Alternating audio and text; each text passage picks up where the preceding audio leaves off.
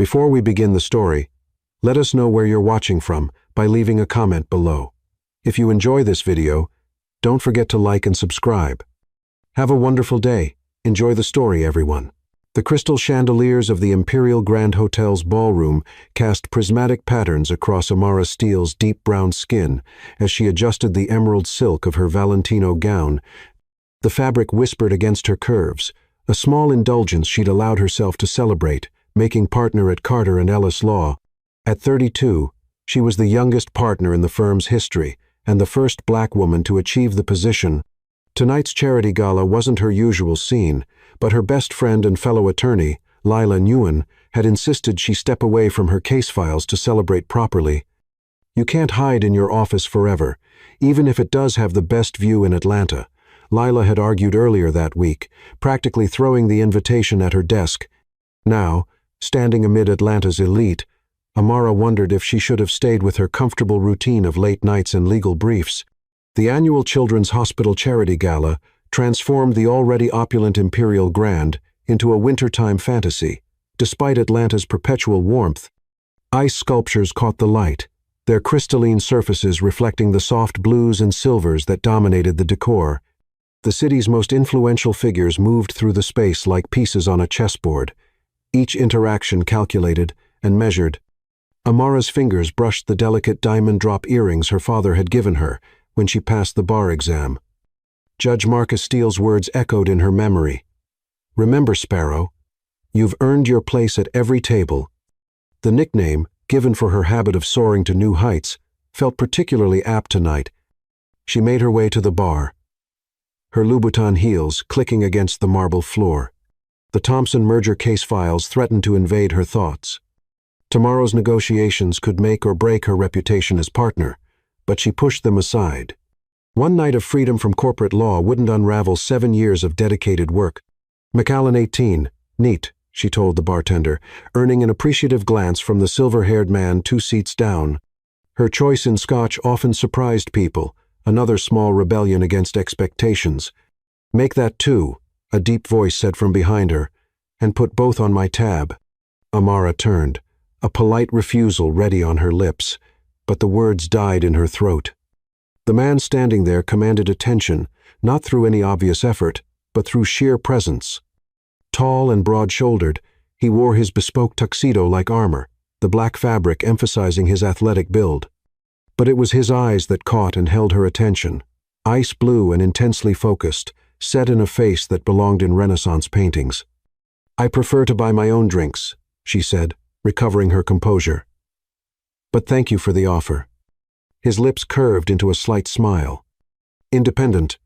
I admire that." He settled onto the bar stool next to her, close enough that she caught the subtle scent of his cologne, something expensive and understated with notes of cedar and bergamot. "Gabriel Vaughn," he introduced himself. "Amara Steele." She accepted her scotch from the bartender, taking a contemplative sip. The liquid amber burned pleasantly, grounding her in the moment. "Amara," he repeated, as if tasting the name, "the Eternal One. Your parents were either very ambitious or great lovers of mythology. Both, actually. My mother read classics at Oxford before deciding to become a neurosurgeon. My father named me while she was still under anesthesia." The admission drew a genuine laugh from him, rich and warm. "And did you fulfill their ambitions? Become something eternal?" Amara turned slightly, studying him. Most men at these events tried to impress her with their own accomplishments, yet here he was, asking about hers. "I just made partner at Carter & Ellis, corporate law." "Impressive," he said, and genuinely seemed to mean it. "You must be the one handling the Thompson merger." Then, her guard instantly rose. "Client confidentiality prevents me from discussing any specific cases." "Of course." He held up his hands in a peaceful gesture. "I apologize. Business has a way of invading everything in this city. Tonight should be about more pleasant topics." The string quartet in the corner began playing a sophisticated arrangement of a popular love song, the familiar melody almost hidden beneath classical flourishes. Around them, the gala continued its elaborate dance of wealth and influence, but somehow their corner of the bar felt separated from it all, existing in its own pocket of time. "What would you consider a pleasant topic?" she asked. surprising herself with the flirtatious edge in her voice. Art? Travel? The way that dress makes your eyes look like whiskey in sunlight? He delivered the compliment so naturally that it took her a moment to register it.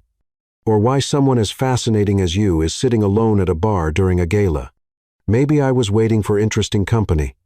The scotch had warmed her blood, making her bolder than usual. Or maybe it was just him, with those eyes that seemed to see right through her carefully constructed professional facade. And have you found it?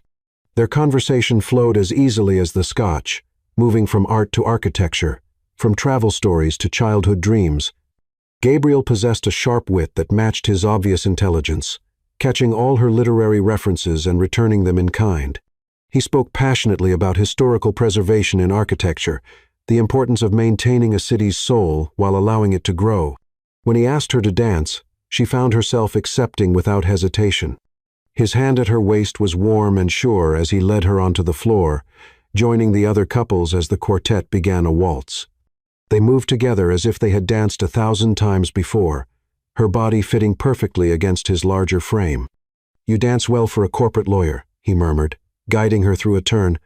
"You're not so bad yourself for whatever it is you do." She realized she still didn't know his profession but found she didn't care. Tonight wasn't about networking or business connections. Tonight, I'm just a man dancing with a beautiful woman. The answer should have seemed like a line, but his sincerity made it charming instead. As they moved across the floor, Amara felt the weight of her responsibilities, her carefully planned life, and her constant drive for perfection beginning to fade. For once, she simply existed in the moment, letting herself feel everything. The strength of his hand at her waist, the warmth in his eyes, the chemistry that crackled between them like electricity before a storm. The dance ended, but neither of them moved to separate. Around them, the gala was reaching its peak, the energy shifting as champagne flowed freely and inhibitions lowered. The winter wonderland theme took on a magical quality in the dimmed lighting, ice sculptures glowing from within like frozen stars. "The terrace?" Gabriel suggested, his voice low and intimate. "The view of the city is spectacular." She knew she should decline, knew that following a stranger onto a darkened terrace wasn't the behavior expected of a newly minted law partner. I knew that the heat in his eyes promised things that went far beyond a simple nightcap. "Lead the way," she said instead. The Atlanta skyline spread before them like a carpet of stars, the city lights twinkling in the velvet darkness of the Georgia night. The air held the peculiar warmth of a southern winter, just cool enough to raise goosebumps on her bare shoulders. Without a word, Gabriel shrugged out of his tuxedo jacket and draped it over her, his hands lingering on her shoulders. "Beautiful," he said, but when she turned to look at him, he wasn't watching the skyline. "You don't know anything about me," she whispered, even as she leaned slightly into his touch. "I know you're brilliant. I know you're passionate about your work, but wonder sometimes if you've lost something in pursuit of success. I know you have walls built so high that most men wouldn't even attempt to scale them." His fingers traced her shoulder. "Featherlight. And I know that tonight, you're considering letting those walls down, just a little. You seem very sure of yourself. Only about things I want badly enough." The kiss, when it came, felt inevitable. His lips were warm and sure against hers, one hand cupping her face while the other drew her closer. Amara melted into him, all her usual reservations forgotten in the heat of the moment. He kissed like a man who knew exactly what he wanted and exactly how to get it. But there was a tenderness underlying the passion that made her heart race. When they finally parted, both slightly breathless, the sounds of the gala seemed very far away. The world had narrowed to just this, his eyes dark with desire, her hands fisted in his shirt, the chemistry between them almost visible in the moonlight. "Come up to my suite," he said, his voice rough. "Please." A lifetime of careful decisions and measured responses had led Amara to where she was today. She'd never been the type to have one-night stands or go home with handsome strangers. Her life ran on schedules and plans, on carefully considered choices and logical progressions. But tonight, logic seemed very far away. Tonight was about feeling instead of thinking, about taking chances instead of playing it safe. Tonight was about the way he looked at her, like she was something precious and wild at the same time, about the electricity that sparked between them with every touch. "Yes," she said simply, and watched his eyes darken further at her directness. The elevator ride to the penthouse level was charged with anticipation, their reflection in the mirrored walls showing them as a striking couple. Her emerald dress complementing his classic black and white, her warm brown skin glowing against his fair complexion. They didn't speak, but his hand never left the small of her back, burning through the silk of her dress. His suite occupied the entire top floor of the hotel, a fact that should have triggered questions in her legal mind about exactly who he was, but those thoughts disappeared when he pulled her into another searing kiss, as soon as the elevator doors closed behind them. This kiss was hungrier than the one on the terrace. All pretense of restraint gone. They left a trail of clothing across the marble floors.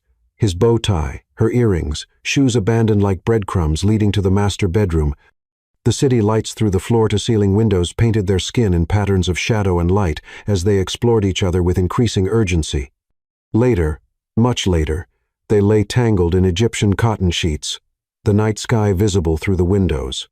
Amara's head rested on Gabriel's chest, his heartbeat strong and steady beneath her ear.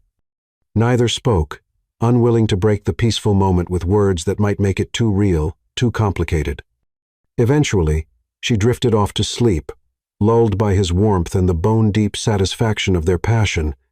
When she woke just before dawn, she slipped quietly from the bed, gathered her clothes, and left without waking him. It was better this way, she told herself, one perfect night, unmarred by morning after awkwardness or the complications of real life. She didn't know that this night would change everything, didn't know that in 6 weeks, 2 pink lines on a pregnancy test would shatter her carefully ordered world, didn't know that the mysterious Gabriel was actually Gabriel Vaughn, CEO of Vaughn Hospitality and father of twin boys, didn't know that their paths would cross again in the most unexpected way, or that their one night of passion would lead to a love story more epic than any muse could have imagined. But for now, as she rode the elevator down to the lobby in her evening gown, she simply smiled, touching her lips where she could still feel his kisses. Sometimes, she thought, the most powerful choices were the ones that didn't feel like choices at all, but like destiny stepping in and taking the reins. Behind her, the sun began to rise over Atlanta, painting the sky in shades of pink and gold, heralding the dawn of a new day and a new chapter in both their lives. Chapter 2. Unexpected News.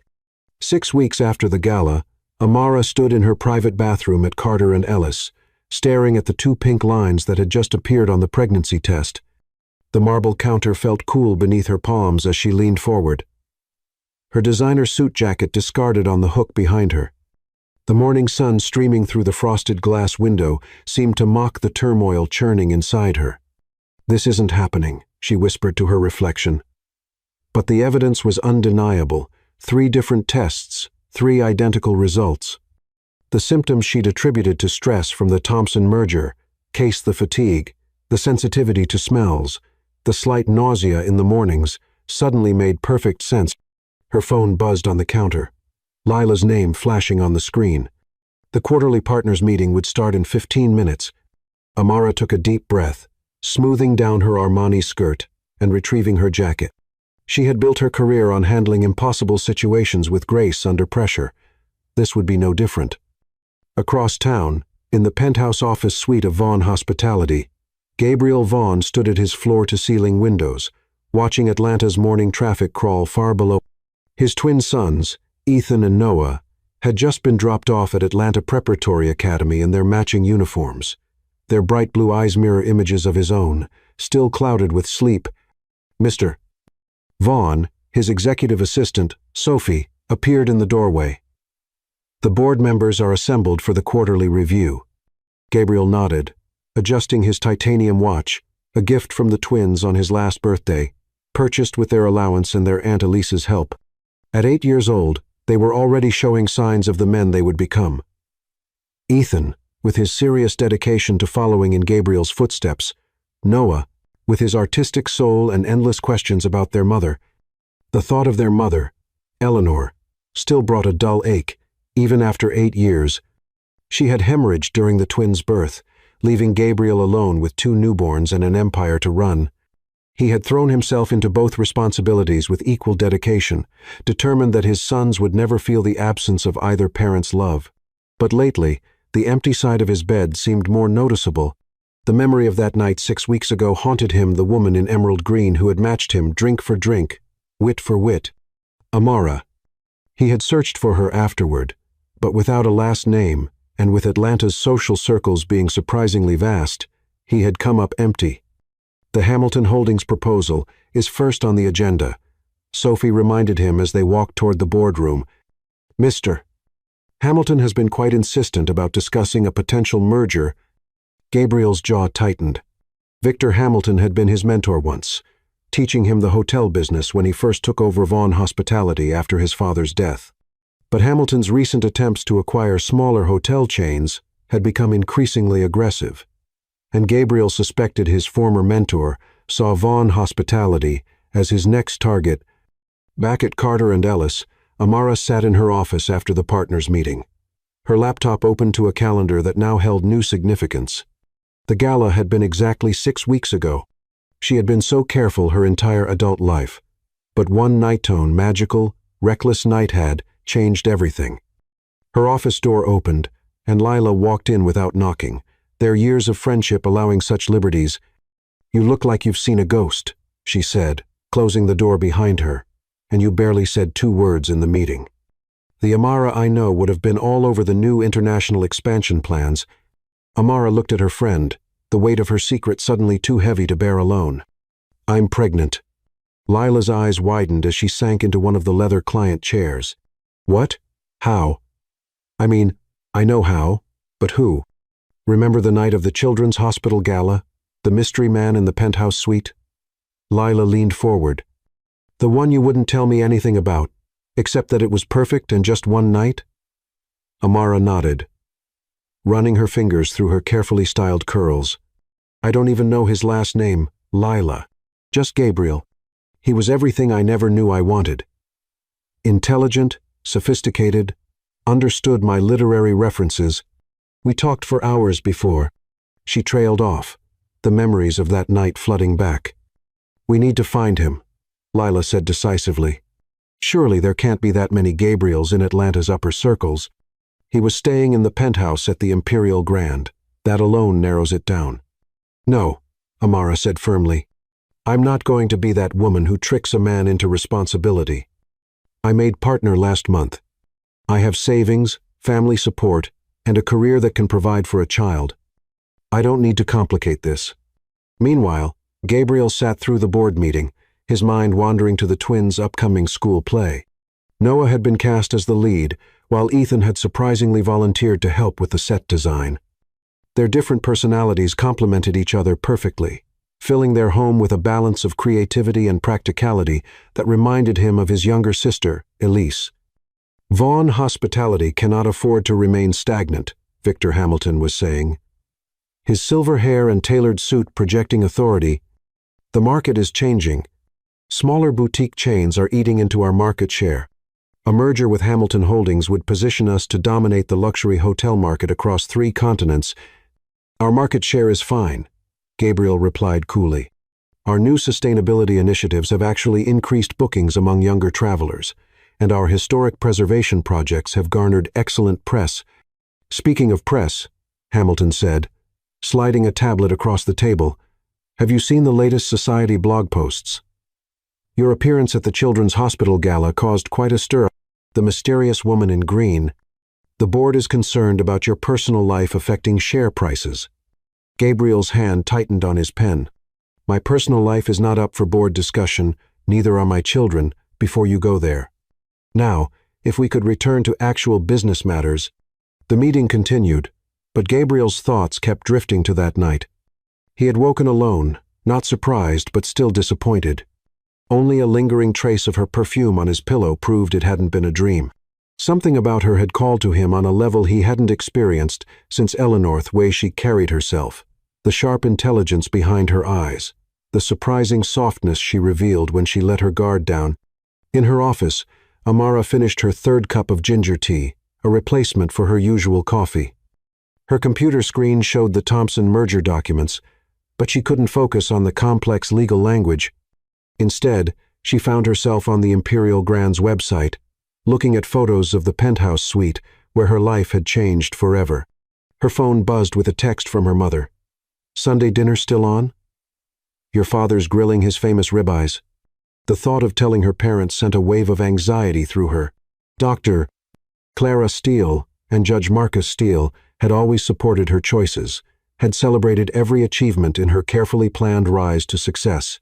How would they react to this unplanned detour? The afternoon sun cast long shadows across her office as she finally allowed herself to think about the future. She had always wanted children, had assumed they would come after marriage, after making senior partner, after all her careful plans had fallen into place. Instead, fate had thrown her this curveball, challenging everything she thought she knew about herself. A knock at her door interrupted her thoughts. Her secretary, Nathan, entered with a stack of files. "The preliminary documents for tomorrow's Thompson merger negotiation, Miss Steele. And are you feeling all right? You look a bit pale." "I'm fine," she said automatically, then rushed to her private bathroom as another wave of nausea hit. Morning sickness, she was quickly learning, was not limited to mornings. When she returned to her desk, she found herself opening a new browser tab, searching for prenatal vitamins and pregnancy books. If she was doing this alone, she would do it right. Her child would have everything they needed, would know they were wanted and loved, regardless of the circumstances of their conception. As the day drew to a close, Gabriel left his office early, a rare occurrence to pick up the twins from their after-school art program. Elise had started it at the hotel's community center, turning an unused conference room into a studio where children could explore their creativity. Noah thrived there, while Ethan attended mainly to support his brother. "Dad," Noah called out when Gabriel entered the art room. "Look what I painted." The canvas showed a family portrait. Gabriel, the twins, and a shadowy figure that might have been Eleanor, or perhaps just Noah's hope for a mother's love. The ache in Gabriel's chest intensified. "It's beautiful," he said sincerely, ruffling Noah's hair. "Where's your brother?" "Here," Ethan said, emerging from behind an easel with paint on his usually immaculate uniform. "I was helping Noah mix colors." As they drove home in Gabriel's Range Rover, the twins chatted about their day. Noah had aced his history test, while Ethan had been chosen to represent his class in the upcoming Math Olympics. Their voices filled the car with warmth, but Gabriel couldn't shake the feeling that something was missing. That night, after the twins were asleep, Gabriel stood on his penthouse balcony with a glass of the same scotch he had shared with Amara. The city lights blurred into a tapestry of possibilities, each one leading back to the woman who had slipped away in the dawn. He had never believed in fate or destiny, had built his life on careful decisions and calculated risks, but something about that night had felt meant to be, as if all his choices had been leading to that moment. In her own apartment across town, Amara curled up on her window seat, her hand resting unconsciously on her still flat stomach. The city spread out before her, holding somewhere within it the father of her childa man, who had given her one perfect night and, unknowingly, the greatest challenge and blessing of her life. Neither of them could know that their paths would cross again soon, that the carefully ordered worlds they had built would collide in ways they could never have imagined, that the twins would get not just a potential mother figure but a sister, that love would find them again, stronger for the complications and sweeter for the waiting. But for now, they existed in parallel, each facing their own challenges as the Atlanta night wrapped around them like a blanket of stars, promising that tomorrow would bring new possibilities, new challenges, and perhaps new beginnings. Chapter 3. Paths Cross Again. The morning of the Thompson merger negotiation arrived with cruel clarity. Amara entered the Imperial Grand's Executive Conference Center, memories of that night 6 weeks ago threatening to overwhelm her. Her dark blue Chanel suit felt like armor as she prepared for what should have been the crowning achievement of her new partnership. Conference room. "A is ready, Miss Steele." The concierge informed her, his voice echoing in the marble hallway. She set up her materials with precise movements, fighting the slight nausea that had become her constant companion. Lila arrived with their junior associates, placing a cup of ginger tea at her elbow, their new morning ritual, since coffee had become her enemy. "Ready to make history?" Lila asked. Before Amara could respond, a voice from the hallway stopped her heart. The twins' school play is next week, Sophie. Make sure the Tokyo video conference is rescheduled. That voice. She knew that voice. The double doors swung open, and Gabriel Vaughn strode in, even more handsome in his business persona than he had been in his tuxedo. His perfectly tailored Tom Ford suit commanded attention, but it was his ice-blue eyes that caught and held her gaze across the conference table. Recognition, shock, and something else flashed across his face before his professional mask slipped back into place. He faltered for just a moment, so briefly that only someone watching closely would have noticed. "Miss Steele," he said smoothly, extending his hand. "Gabriel Vaughn, CEO of Vaughn Hospitality." His touch sent electricity through her arm, memories of those same hands on her skin, threatening to shatter her composure. "Mr. Vaughn, pleasure to meet you." Lila's sharp intake of breath confirmed that her friend had made the connection. Gabriel, the mysterious man from the gala, the father of her unborn child, was Vaughn Hospitality's enigmatic CEO and one of Atlanta's most eligible widowers. Victor Hamilton's voice cut through the tension. "Shall we begin? We have a lot to cover." The next hour passed in a blur of professional detachment as they negotiated the Thompson merger terms. Amara presented with precision and clarity, never letting her voice waver.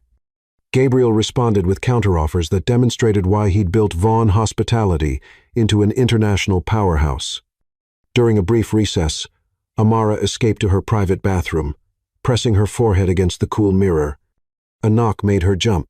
"Amara," Lila's voice was urgent. "You need to see this." She opened the door to find her friend holding a tablet open to a society blog. The headline made her blood run cold. Vaughn Hospitality, CEO's mystery woman. Who was the beauty in green at the Children's Hospital Gala? The article included a grainy photo of them dancing, her emerald dress unmistakable. The caption speculated about whether Atlanta's most eligible widower had finally found love again. "It's been 6 weeks," Lila whispered. "The timing, Amara. He needs to know. Not now. Not in the middle of the biggest merger negotiation of my career." When they returned to the conference room, Hamilton was speaking quietly to Gabriel, who looked increasingly annoyed. The older man's eyes tracked Amara as she took her seat, a calculating gleam in them that made her uneasy. The rest of the meeting passed in a haze of legal terms and financial projections. By the time they broke for lunch, a preliminary agreement had been reached on most major points. "Miss Steele," Gabriel's voice stopped her as the others filed out. "A moment of your time?" Lila squeezed her arm as she left, closing the door behind her. Silence fell over the conference room, heavy with unspoken words. "Amara," he said softly, her name on his lips bringing back memories of whispered endearments in the dark. "Don't." She held up her hand. "This is a professional meeting, Mr. Vaughn. Nothing more." "Nothing more?" He moved closer, still maintaining a respectable distance but close enough that she could smell his cologne, the same one from that night. "We need to talk about what happened. We had one night, a beautiful night, but just one. Now we have a business relationship to maintain." His eyes searched her face. "Is that really all it was to you? One night?" Before she could answer, Sophie appeared. "Mr. Vaughn, Mr. Hamilton needs you for an urgent call with the board." Gabriel's jaw tightened. "Tell him I'll be there shortly." He turned back to Amara. "This conversation isn't over. Have dinner with me tonight." "I can't." The words came out too quickly. "I have commitments. Tomorrow, then, please, Amara. There's so much you don't know, so much I need to explain." "The twins have their art class until 6, he continued, unaware of how his casual mention of his sons hit her like a physical blow. "I could meet you at 7 at Leon's." She felt her resolve weakening. "Fine. Tidian." Relief flooded his features. "Thank you." He took a step closer, then seemed to think better of it. "Until tomorrow. Then." She waited until he left before sinking into her chair, one hand pressed against her still flat stomach where their child grew. Somewhere above them, the same penthouse suite where their story began waited silently, holding memories of a night that had changed everything. The afternoon session was torture. Every time Gabriel spoke, she found herself studying him through new eyes, not just as her one-night stand or her business associate, but as the father of her child. She noticed things she'd missed earlier, the slight shadows under his eyes that spoke of sleepless nights, the way he checked his phone during breaks, probably messages about the twins, the wedding ring tan line that had faded but not disappeared. As the meeting concluded and hands were shaken, Amara managed to escape without any more private conversations with Gabriel, but she felt his eyes on her as she left. Their paths had crossed again, but now the simple passion of that first night was complicated by business, family, and the secret growing beneath her heart. That evening, as she lay in bed trying to sleep, her phone buzzed with a text from an unknown number. "Thank you for agreeing to dinner. There's so much I want to tell you about that night and every day since." Gee. She stared at the message until her vision blurred with tears. How had her carefully ordered life become so complicated, and why did part of her heart leap with joy at the prospect of seeing him again? The Atlanta skyline twinkled outside her window, the same view they'd shared from his penthouse that night. Tomorrow would bring new challenges, but for now, she allowed herself to remember the magic of their first meeting and wonder what tomorrow's dinner might bring. Chapter 4: Truth and Consequences. The morning of the pivotal court proceeding for the Thompson merger preliminary injunction, Amara stood before the mirror in her office bathroom, scrutinizing her appearance. Her Dior suit still fit perfectly, but she knew it wouldn't for much longer. At 9 weeks pregnant, she'd managed to keep her condition private, but the morning sickness was becoming harder to hide. She hadn't canceled dinner with Gabriel the week before, but fate had intervened when Noah had come down with a fever, sending their carefully laid plans into disarray. His apologetic text had brought unexpected tears to her eyes. "The twins need me tonight. I'm sorry. Can we reschedule?" She'd responded with professional understanding, ignoring the way her heart clenched at his obvious devotion to his sons. "The courthouse called," Lila said, appearing in the bathroom doorway. "Hamilton's lawyers filed last-minute motions. Judge Carter wants everyone there early." Amara nodded, tucking away thoughts of Gabriel and focusing on the task ahead. Hamilton Holdings had filed an injunction attempting to block the Thompson merger, claiming prior negotiation rights. It was a transparent attempt to derail Vaughn Hospitality's acquisition, but it had to be handled carefully. The Atlanta courthouse buzzed with activity as Amara strode through security, her heels clicking against the marble floors. The familiar scent of old wood and leather usually calmed her, but today it made her stomach turn. She forced herself to take small sips of water, knowing she needed to stay hydrated. "Miss Steele." Victor Hamilton's voice stopped her outside the courtroom. He stood with his legal team, radiating smug confidence. "Lovely morning, isn't it? Shame about all this legal unpleasantness." "Mr. Hamilton." She kept her voice cool and professional. "I suppose we'll let Judge Carter decide how unpleasant it needs to be." She felt Gabriel's presence before she saw him, the air charging with electricity as he approached. He wore a deep charcoal suit that made his blue eyes seem even more intense.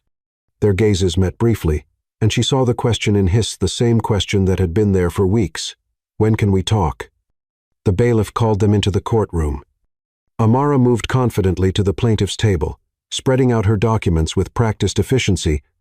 The morning proceeded as expected, with Hamilton's lawyers presenting their argument for the injunction. She took careful notes, ignoring the occasional wave of nausea that threatened her composure. When it was her turn to present Vaughn Hospitality's counterargument, Amara rose gracefully. "Your Honor, Hamilton Holdings' claim of prior negotiation rights is not only unsubstantiated, but demonstrably false. I direct the court's attention to Exhibit SE." The room started to spin. She gripped the podium, trying to focus on her notes, but the words blurred before her eyes. The familiar courthouse lights seemed suddenly too bright, the air too thick. "Miss Steele," Judge Carter's voice came from very far away. "Are you all right?"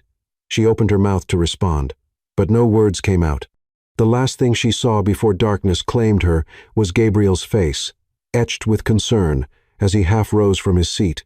She awoke to the steady beep of hospital monitors and the smell of antiseptic. Lila sat beside her bed while a doctor checked her vitals. What happened? Amara tried to sit up, but Lila's hand on her shoulder kept her still. "You fainted in court," her friend said softly. "Your blood pressure dropped pretty low. The doctor says it's not uncommon in the first trimester." But Amara's hand flew to her stomach. Does everyone know? The paramedics had to inform the court about your condition to ensure proper medical care. Lila hesitated. Gabriel was there when they announced it. He did the math. Amara. Before she could respond, a commotion arose in the hallway. Through the glass walls of her hospital room, she saw Gabriel arguing with a nurse. His usual composure replaced by urgent intensity. "Sir, only family is allowed. I'm the father of her child," his voice carried clearly through the door. "Please, I need to see her." The nurse looked to Amara for confirmation. After a moment's hesitation, she nodded. Lila squeezed her hand and slipped out as Gabriel entered, leaving them alone for the first time since that night at the hotel. Silence stretched between them, heavy with unspoken words. Gabriel looked more disheveled than she'd ever seen him. His tie loosened and hair slightly mussed, as if he'd been running his hands through it. "Were you going to tell me?" he finally asked. His voice rough with emotion. "Yes. No. I don't know." She looked down at her hands, unable to meet his gaze. "I tried to find the right moment." The right moment? He moved closer, sinking into the chair Lila had vacated. "Amara, you're carrying my child. Any moment would have been the right moment. Your life is complicated enough," she said softly. "You have the twins to think about, and the company stop." His hand covered hers, the contact sending sparks through her arm. "Don't make decisions about my life without consulting me. The twins are exactly why you should have told me immediately. This baby is their sibling." The word hit her like a physical blow. Of course, this wasn't just about her and Gabriel. This baby would have brothers, a ready-made family she hadn't let herself consider. "I'm sorry," she whispered, tears finally spilling over. "I was scared. Everything I've worked for, my career, my independence, it all seemed at risk. And then, when I found out who you were, you thought I'd try to control the situation." His thumb traced circles on her palm, the gesture oddly soothing. "Amara, that night meant more to me than you know.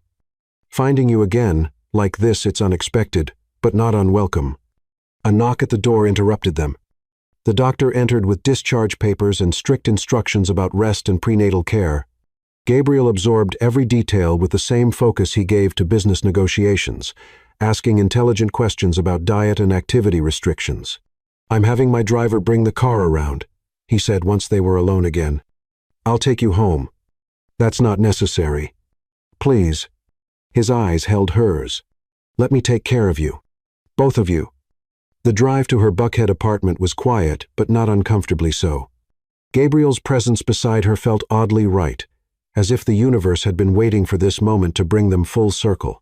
"The twins have been asking about you," he said suddenly. At her startled look, he explained. "They saw the society blog photo. Noah said you looked like a princess in your green dress. Ethan wanted to know if you were smart, because princesses in books are sometimes just pretty." A laugh bubbled up despite her exhaustion. "And what did you tell them?" "That you were the smartest person in any room." His smile faded into seriousness. "They need to know about the baby, Amara. They're old enough to understand, and they deserve to be part of this from the beginning." She nodded slowly. "How do you think they'll take it?" "Noah will be thrilled. He's been begging for a sibling since he could talk." "Ethan." He sighed. "Ethan might take longer to adjust. He's very protective of our family unit." They arrived at her building, and Gabriel insisted on walking her to her door. In the elevator, she found herself studying his profile, seeing the father of her child instead of just the handsome stranger from that magical night. "We need to talk about how to handle this publicly," he said as she unlocked her door. "The merger. The pregnancy, it's going to be complicated." "I know." She turned to face him, suddenly needing him to understand. "I never meant for any of this to happen. Sometimes the best things in life are unplanned." His hand cupped her cheek, thumb brushing away a tear she hadn't realized had fallen. "That night, I'd closed myself off for so long after Eleanor died.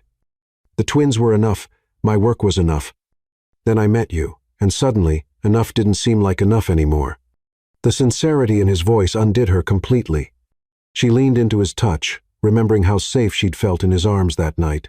"Have dinner with me and the twins tomorrow," he said softly. "Let's start building whatever this is going to be." No more hiding. No more waiting for the perfect moment. Looking into his eyes, Amara saw not just the passionate stranger from the gala or the powerful CEO from the boardroom, but a man who had pieced together a life after loss, who had raised 2 boys alone, who was offering her a chance at something real. "Yes," she whispered. His smile lit up his entire face. He leaned down, pressing a gentle kiss to her forehead. "Rest now. I'll send a car for you tomorrow at 6. After he left, Amara stood at her window, watching his car pull away. Her hand rested on her stomach, where their child grew, unaware of the complications and possibilities swirling around its existence. Her phone buzzed with a text from Lila. "Court's been rescheduled for next week. Hamilton's lawyers are already spreading rumors about conflict of interest. You okay? The professional complications would have to be dealt with.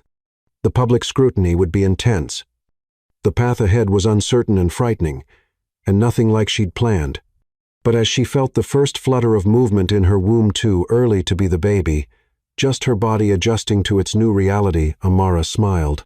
Sometimes, the best things in life came in unexpected packages, wrapped in green silk and moonlight, sealed with a kiss that tasted like destiny. Chapter 5. Family Ties. The Vaughn mansion in Buckhead loomed before Amara as Gabriel's driver opened her car door. Georgian architecture met modern luxury in the sprawling estate, its manicured gardens glowing in the early evening light. She smoothed her cashmere sweater dress, chosen carefully to be elegant yet approachable for meeting the twins. "They're excited to meet you," Gabriel said, appearing at the front door. He looked different here, more relaxed in dark jeans and a navy cashmere sweater that matched his eyes. "Though I should warn you, Elise is here too." As if summoned, a willowy woman with Gabriel's blue eyes and wild auburn curls emerged behind him. Elise Vaughn wore paint-splattered designer jeans and a silk blouse, somehow making the combination look intentional rather than haphazard. "So, you're the woman who's turned my brother's world upside down," Elise said, studying Amara with frank curiosity. "Twice, apparently." "Elise," Gabriel warned, but his sister waved him off. "The boys are in the art room," she continued. "They've been asking about you all day. Noah's already painted 3 pictures of what he thinks the baby might look like." The mention of the baby hung in the air for a moment.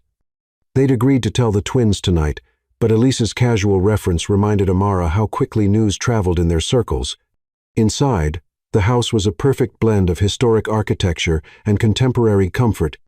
Family photos lined the walls, the twins through various stages of growth, Gabriel teaching them to swim, Elise covered in paint with the boys, in what looked like an art class.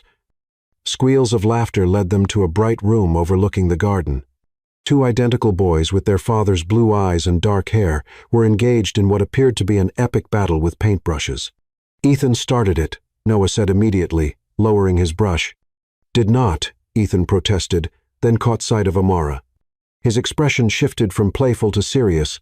In an instant, "You're the lady from the photo." "Boys," Gabriel said, his voice gentle but firm. "This is Amara Steele. She's very special to me."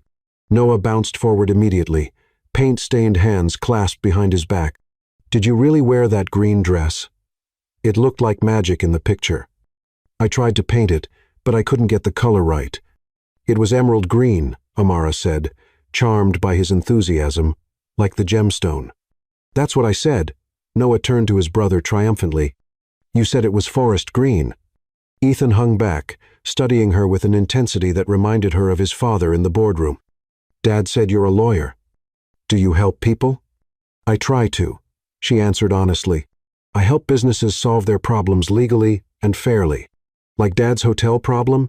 Ethan pressed. "I heard Uncle Victor saying mean things about Dad's company on television." Gabriel stiffened beside her, but Amara maintained her composure. "Sometimes business gets complicated, but that's why we have laws and courts to make sure everything is handled fairly." "All right, young investigators," Elise interrupted. "Why don't you show Amara your latest art projects while Dad and I check on dinner?" As Gabriel and Elise left, Noah grabbed Amara's hand, pulling her toward an easel. "I'm working on a series that means lots of paintings that go together, like Dad's hotel chain." Ethan followed more slowly, but his curiosity seemed to overcome his reserve. "Do you like art too?" "Aunt Elise says everyone can be artistic in their own way," I love art, Amara said, examining Noah's vibrant abstract painting, but I'm better at appreciating it than creating it. My mother used to take me to galleries every Sunday after church. Our mom died when we were born, Noah said matter-of-factly, but Dad and Aunt Elise tell us stories about her. She liked to garden. That's why we have so many flowers. Amara's heart clenched at the casual mention of Eleanor. In the kitchen, she could hear Gabriel and Elise's voices rising in what seemed like an argument. They already lost one mother, Elise was saying. If this goes wrong, it won't, Gabriel cut her off. Amara is different. You don't know her like I do. That's exactly my point. Neither do you, really. One night and a few business meetings don't. Did you really dance with Dad at the party? Ethan asked loudly, clearly trying to drown out the argument. He never dances, not even at Uncle Victor's Christmas party. We did dance, Amara confirmed, grateful for the distraction. Your father is quite good at it. He's good at everything, Ethan said proudly, except cooking. That's why we have Mrs. Lopez. As if on cue, a warm, motherly woman appeared in the doorway. Dinner is ready, niños. Go wash those hands. I see the paint from here. The twins scampered off, leaving Amara with the housekeeper, who had clearly helped raise them. Mrs. Lopez's dark eyes were kind, but assessing as she looked Amara over. They are good boys, she said softly. They have had enough change in their lives, enough disappointment. You understand? Before Amara could respond, Gabriel returned, his expression softening at seeing her surrounded by his son's artwork. Ready for dinner? We have some news to share. The formal dining room had been bypassed in favor of the cozier breakfast nook, with its view of the illuminated garden. The twins were already seated, faces scrubbed clean of paint. Elise took the seat beside Ethan, leaving Amara between Gabriel and Noah. Before we eat, Gabriel began, his hand finding Amara's under the table. There's something important we need to tell you both. Noah's eyes lit up, but Ethan went very still. Are you getting married? He asked, his voice small. No, honey, Amara said gently, but something just as important is happening. You're going to have a new brother or sister. Silence fell over the table. Noah's fork clattered against his plate. A baby? He whispered, awe in his voice. Really? Ethan looked between his father and Amara, his quick mind clearly connecting dots. Is that why you fainted in court? We saw it on the news. Yes, Amara admitted. Sometimes pregnancy makes you feel a bit sick at first. But I'm fine now. Where will the baby sleep? Noah asked, practically bouncing in his chair. Can it sleep in my room? I'll be the best big brother ever. The baby won't come for several more months, Gabriel explained. We have time to figure everything out. Will you live here with the baby? Ethan's question cut through Noah's excitement. We haven't figured out all the details yet, Gabriel said carefully, but Amara and the baby will be part of our family. We had a family, Ethan said, pushing back from the table, before she came and ruined everything. He ran from the room, leaving stunned silence in his wake. Noah looked torn between following his brother and staying to ask more questions about the baby. I'll go, Elise said, rising. He needs time to process. Amara felt tears threatening but forced them back. Pregnancy hormones made her emotions volatile, but she refused to break down now. I'm sorry, Gabriel murmured, squeezing her hand. He's always been sensitive to change. Don't be sad, Noah said, coming around to hug her impulsively. Ethan was mad when Dad got him a new backpack, too. He just likes things to stay the same. Mrs. Lopez appeared with perfect timing, serving their dinner as if nothing had happened. The conversation gradually resumed, with Noah peppering them with questions about the baby and his future role as a big brother. Later, after Noah had been sent to bed with promises of helping to decorate the nursery, Amara found herself in Gabriel's study. Elise had reported that Ethan was calmer but wanted to be alone, a request they'd honored. He'll come around, Gabriel said, pouring them both sparkling water. He's more like me than I sometimes want to admit. We both need time to adjust to change. What if he doesn't? Amara sank onto the leather sofa. What if he always sees me as the woman who disrupts his life? He won't. Gabriel sat beside her, pulling her close. Ethan is struggling because he's scared. His whole life, It's been just us and Elise. The idea of loving someone new, of being vulnerable to loss again, it terrifies him. I understand that feeling all too well. She turned to look at him. And you? Are you terrified of losing me? Yes. His honesty surprised her. But I'm more terrified of not trying. That night at the gala, you woke something in me I thought had died with Eleanor. Finding out about the baby, it felt like the universe giving me a second chance at happiness, at family, even with all the complications. The merger, Hamilton, the media attention. Especially then. He traced her jaw with his finger. You're fighting for what's right in the boardroom and the courtroom. You're gentle with Noah's enthusiasm and patient with Ethan's fear.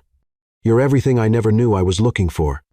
Their lips met in a soft kiss that quickly deepened, filled with all the emotion of the past weeks. When they finally parted, Amara rested her head on his shoulder, feeling truly at peace for the first time since seeing those two pink lines. Stay tonight, Gabriel whispered, not for anything but sleep. I sleep better when you're near. The admission, so vulnerable from such a powerful man, melted the last of her reserves. Okay.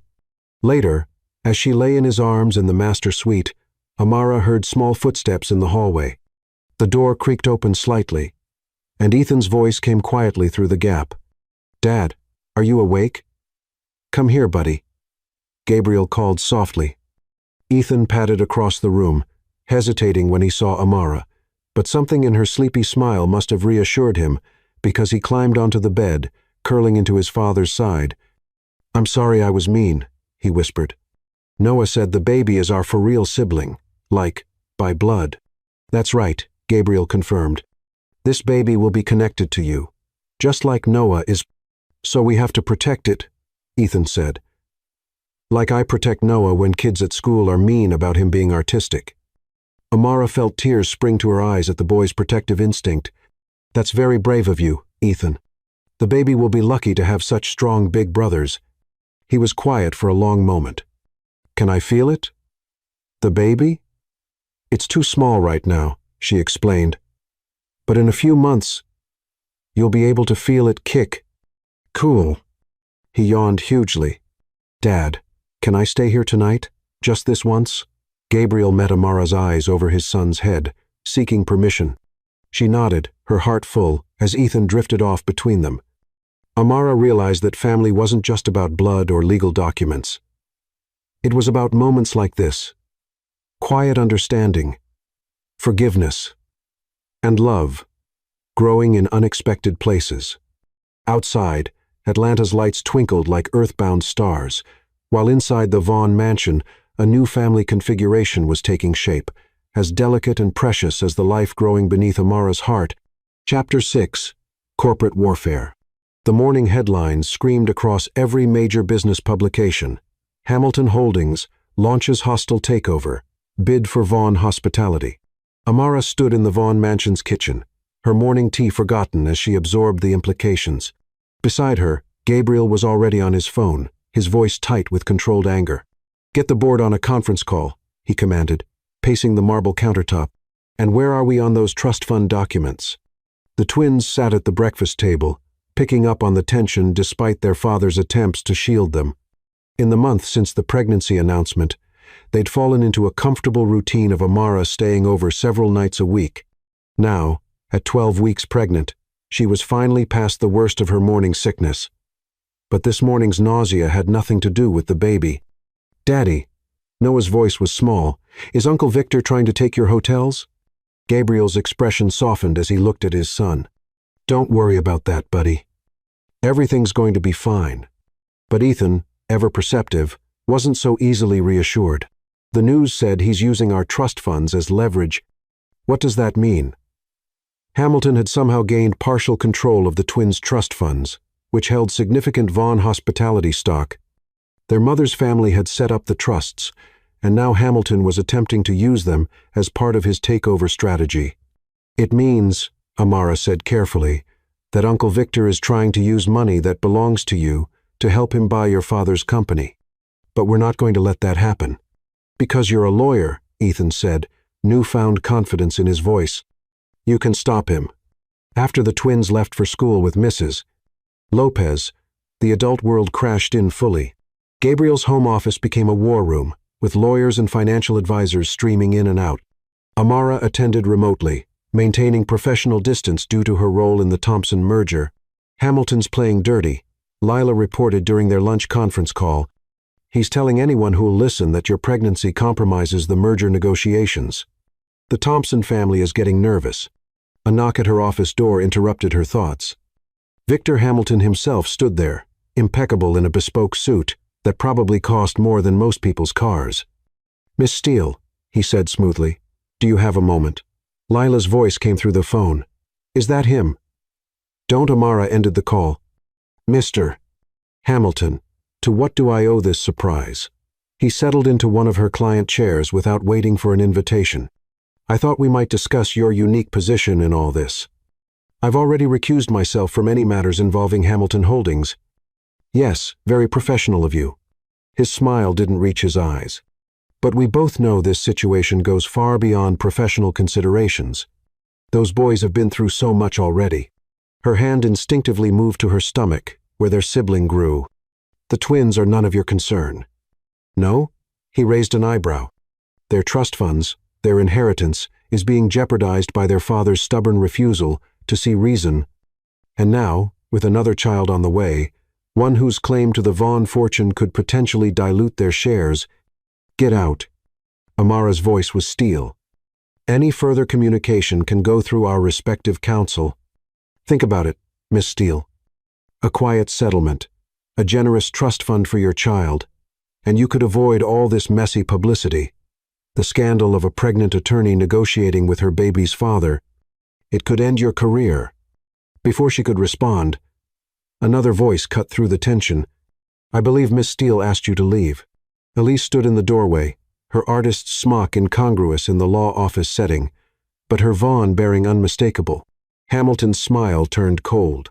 "Elise, still playing with paint while your family's legacy crumbles? Better than playing with other people's lives." Elise moved to stand beside Amara. "You forget, Victor. I was there when you tried these same tactics with Eleanor's family. It didn't work then, either." After he left, Elise sank into the chair he'd vacated. "I'm sorry. I came to see if you wanted lunch and overheard." "Thank you," Amara said sincerely, "for having my back." "Yeah, well," Elise smiled wryly. "Turns out I'm getting kind of attached to you, and that baby is my niece or nephew. Nobody threatens my family." Later that night, Amara curled up with Gabriel in his study after the twins were asleep. Financial reports and legal documents covered every surface as his team prepared for the next day's board meeting. "He's claiming the Thompson merger was compromised," Gabriel said, loosening his tie, "that our relationship affected the negotiations. If the board believes him, they won't." Amara moved behind him, massaging his tight shoulders. "The merger documents are clean. The terms are fair, and the timing works in our favor. We were already in final negotiations before I got you pregnant." His laugh held no humor. "God, Amara, I'm so sorry you're caught in this mess." "Hey." She turned his chair to face her. "I'm exactly where I want to be. Hamilton thinks he can use our relationship against us. Let him try. Love isn't a weakness, Gabriel. It's strength." He pulled her into his lap, one hand cradling her slightly rounded stomach. "When did you get so wise?" "Around the time your son explained to me that sometimes you have to break the rules to make better ones." At his questioning look, she smiled. "Ethan. He was telling me about how he convinced his art teacher that math and art are connected through sacred geometry." The next morning's board meeting proved decisive. Hamilton's takeover bid was rejected, his attempts to use the twins' trust funds blocked. As he stormed out of the boardroom, his face purple with rage, Amara felt the baby move for the first time, a tiny flutter of triumph. That night, after picking up the twins and celebrating with pizza and ice cream, the family gathered in the media room for movie night. Ethan fell asleep with his head on Amara's lap, while Noah curled against her side, one hand resting protectively on her bump. "Thank you," Gabriel whispered as the credits rolled. "For fighting for us. For believing in this family. Always," she promised, and meant it with every fiber of her being. The corporate war was won, but as she looked at their unconventional family unite, their brilliant stepson using her as a pillow, his artistic twin dreaming up nursery murals, Elise sketching them all in her ever-present notebook, and Gabriel watching them with love in his eyes. Amara knew the real victory wasn't in the boardroom. It was here, in the quiet moments between battles, where love grew stronger than any business empire. Chapter 7, Shadows of the Past. The autumn Atlanta sun streamed through the Vaughn mansion's windows as Amara sorted through paint samples for the nursery. At 16 weeks pregnant, her bump was now clearly visible, and the morning's ultrasound had confirmed they were having a girl. Noah sat cross-legged on the floor beside her, offering enthusiastic opinions on every shade of pink and purple. "What about this one?" he asked, holding up a soft sage green. "It's like your dress from the gala. The one where you and Dad fell in love." Amara smiled, touched by his romantic heart. "That's actually perfect. What do you think, Ethan?" Ethan looked up from his homework at the kitchen island. "It's better than pink, and green is supposed to be calming. I read that in a design magazine." The domestic peace was shattered by the sound of heels clicking on marble. "Mrs." Lopez appeared in the doorway, her face tight with concern. "Miss Amara, there's someone here to see Mr. Vaughn." She's quite insistent. Before Amara could respond, a striking blonde woman swept into the kitchen. She wore a designer suit that probably cost more than most cars, and her perfectly manicured hand clutched a leather portfolio. "Well," she said, her voice dripping with false sweetness, "isn't this cozy?" "Hello, boys. You've grown so much." Ethan went rigid, while Noah unconsciously moved closer to Amara. She placed a protective hand on his shoulder, instantly alert to their discomfort. "Isabella." Ethan's voice was cold in a way she'd never heard from an 8-year-old. "Dad's not here." "Isabella Hamilton," Amara said, rising carefully to her feet. The name clicked into place. "Victor Hamilton's daughter, Gabriel's former fiancée. I believe Mr. Vaughn is in meetings all day. You'll need to make an appointment through his office." Isabella's perfectly painted lips curved into a smile that didn't reach her eyes. "And you must be the pregnant lawyer. Daddy told me all about you. Tell me, was it planned? The perfect trap for Atlanta's most eligible widower?" "That's enough." Elise's voice cracked like a whip from the doorway. "Boys, go up to your rooms now." The twins didn't argue, though Noah squeezed Amara's hand before leaving.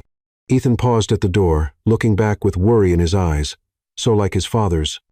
Still playing house mother, Elise. Isabella examined her manicure. "I thought you'd have grown out of that by now, though I suppose someone had to step in after Eleanor." "Get out." Elise's voice was deadly quiet. "Whatever game you and your father are playing, leave the children out of it." "Game?"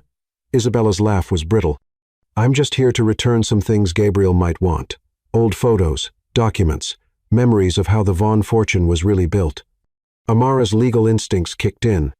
Any documents pertaining to Vaughn hospitality should be handled through proper channels. "Oh, these aren't about the hotels, at least not directly." Isabella opened her portfolio, removing a yellowed newspaper clipping. "Did Gabriel ever tell you about his grandfather? The real story of how Vaughn hospitality started." "Don't." Elise stepped forward. "Those lies nearly destroyed this family once." "Lies?" Isabella's smile turned predatory. "We both know better." The civil rights era was such a fascinating time in Atlanta's history. So many complicated decisions made by powerful men. The implications hung heavy in the air.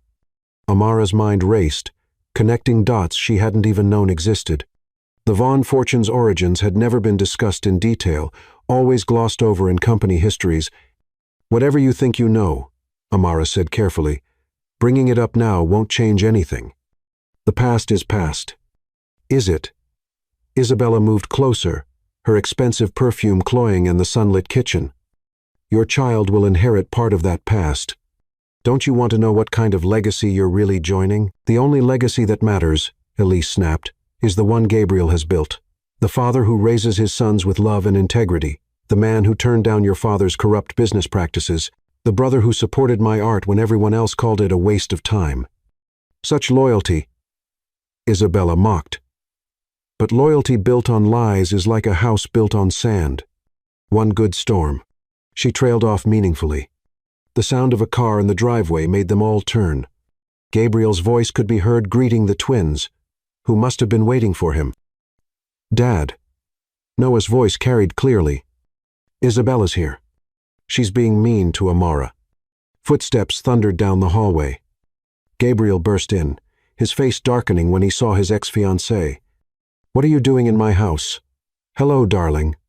Isabella's voice dripped honey. "I was just having a fascinating chat with your new family about old times." "Get out." Gabriel moved to stand beside Amara, his hand protective at her waist. "Whatever revenge fantasy you and your father have cooked up, leave my family out of it." "Family?" Isabella laughed. "Is that what you call this? The grieving widower, the artistic sister, the replacement wife carrying the replacement child? How very modern." "Mrs. Lopez," Gabriel called, his voice tight with controlled anger. "Please escort Miss Hamilton out and call security. She's not to be admitted again." "Before I go," Isabella placed a thick envelope on the counter, a little light reading about the Vaughn Hospitality's early days, specifically 1964. Such an interesting year for race relations in Atlanta. After she left, silence fell heavy in the kitchen. Gabriel stared at the envelope as if it might explode. "The boys?" he asked finally. "Upstairs," Elise answered. "They're upset, but okay.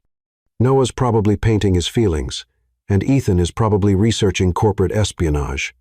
Despite the tension, Amara couldn't help a small smile.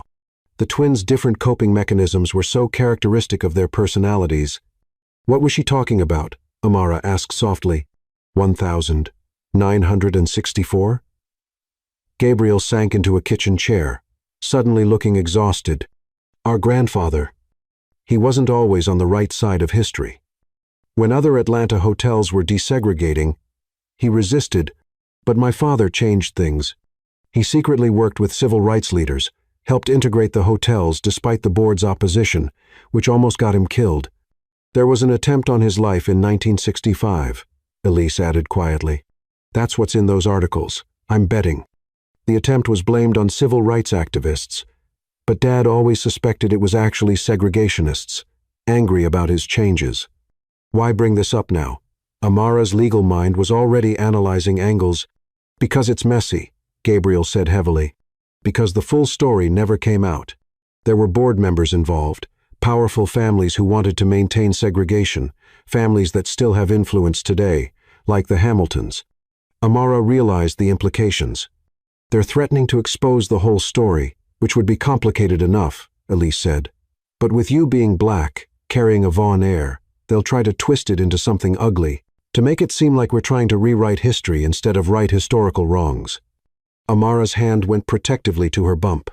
Their daughter kicked, as if sensing her mother's distress. I won't let them hurt you, Gabriel said fiercely, either of you, or use our family's past mistakes to destroy our future. Dad, Ethan's voice came from the doorway. He and Noah stood there, holding hands like they used to when they were smaller. Is it true about great-grandpa?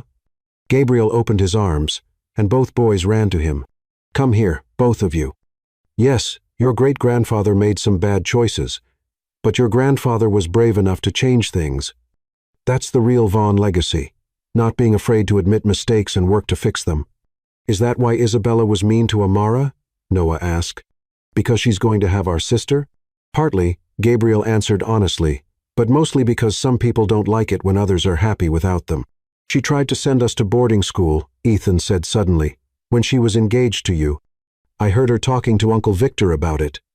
Gabriel's arms tightened around his son's, which is why that engagement ended. No one will ever send you away. This family stays together. Later that night, after the boys were asleep, Amara found Gabriel in his study, reading through the documents Isabella had left. We should get ahead of this, she said, legal training kicking in. Release the full story ourselves, frame it properly, show how Vaughn Hospitality learned and changed, became a leader in corporate responsibility. You're amazing. You know that? He pulled her into his lap, mindful of her bump. Most women would be running for the hills after today. I'm not most women. She kissed him softly. I'm a lawyer who believes in justice, a mother who believes in protecting family, and a woman who believes in you. The boys were so protective of you today, he mused. Even Ethan. A few months ago, he could barely look at you. Now we're family, she finished. All of us, including this little one. She guided his hand to where their daughter was kicking. And family faces threats together. I should have told you about all this sooner, he said, about the company's history, about Isabella. We can't change the past, she said, echoing his words to the twins, but we can build a better future, starting with telling our daughter a story of redemption and growth, not shame and secrets. Upstairs, they found Noah had sneaked into Ethan's room. The twins were curled together in Ethan's bed, their dark heads close as they whispered conspiracies. Want to sleep in our room tonight? Gabriel offered softly. Soon, they were all piled in the master bedroom, the twins between them like when they were smaller. Amara watched her family sleep. Gabriel's strong profile, Ethan's serious face relaxed in sleep, Noah's artistic hands twitching as he dreamed. The past might hold shadows, but their future was bright with promise. Let Isabella and Hamilton try their worst. This family, built on love and acceptance, was stronger than any scandal. As she drifted off, Amara felt her daughter move again. Even unborn, she was already part of this beautiful, complicated tapestry of love and redemption. Together, they would face whatever storms came and emerge stronger for the weathering. Chapter 8. Trust and Trials. The Vaughn Hospitality's corporate archives occupied the entire basement level of their downtown headquarters. Amara stood in the climate-controlled room, surrounded by decades of history carefully preserved in acid-free boxes and manila folders. At 20 weeks pregnant, her growing bump made it slightly awkward to reach the higher shelves, but she was determined to find answers. Dad used to bring us down here sometimes, Ethan said, carefully organizing documents on a research table. At 9 years old, his methodical nature made him an excellent research assistant. He said, knowing our history helps us build a better future. Your father is a wise man, Amara replied, smiling at how Ethan had adopted her legal team's color-coded filing system. What have you found about 1964? Lots of newspaper articles about segregation. Ethan frowned at a yellowed clipping. People were really mean back then. I don't understand why skin color made them so angry. Fear and ignorance often make people cruel, she explained gently. But what matters is learning from those mistakes, like how Dad learns from his business mistakes. Noah looked up from where he was sketching the archive room. He told us that's why he keeps all the old reports. Exactly. Amara opened another file, then paused as their daughter kicked energetically. Your sister agrees. Both boys dropped what they were doing to feel their sister move. These moments had become precious family rituals, binding them together as they prepared for their newest member. Even Ethan, initially so resistant, now took his big brother duty seriously. Look at this, Ethan said suddenly, pulling a document from his stack. It's from Great-Grandpa Vaughn, but it's different from his other letters. Amara examined the paper carefully. The letterhead was from 1964. But the tone was indeed markedly different from Charles Vaughn's usual business correspondence. It was addressed to a Reverend Samuel Carter, a prominent civil rights leader. Your words have given me much to consider, she read aloud. Perhaps my grandson Gabriel is right. The time for change is now, not some distant future. The cost of maintaining our current policies, both moral and financial, has become too great. Gabriel, Ethan interrupted, but Dad wasn't born yet. No, Amara realized, this would be your father's father, the one who secretly supported integration. The door opened, admitting Gabriel and Elise. They'd been meeting with the PR team about potentially releasing a statement addressing the company's past. Find anything? Gabriel asked, dropping a kiss on Amara's head before examining Ethan's organized files. Your father's name was Gabriel, too. Amara handed him the letter. Yes. His face softened, reading the document. Though everyone called him Gabe, he died when I was 12. Car accidenter, what looked like one. The attempt on his life that Elise mentioned. Elise said, perching on the edge of the table, we never proved it, but the timing was suspicious. He just pushed through major integration initiatives at all. Vaughn properties against significant board opposition. Were people really trying to hurt him because he did the right thing? Noah abandoned his sketching to curl into his aunt's side. Sometimes, Doing the right thing makes powerful people angry, Gabriel explained, pulling his son close. But that doesn't mean we stop doing it. Like how you wouldn't sell the hotels to Uncle Victor, Ethan asked, even when he tried to use our trust funds, exactly like that. Gabriel ruffled his hair. Speaking of which, the new trust documents are ready. Amara helped structure them to protect both you boys and your sister. The mention of legal documents reminded Amara of something. She waddled there was no other word for it at this point in her pregnant cyto, another section of the archives. The original trust documents from your grandfather's era should be here somewhere.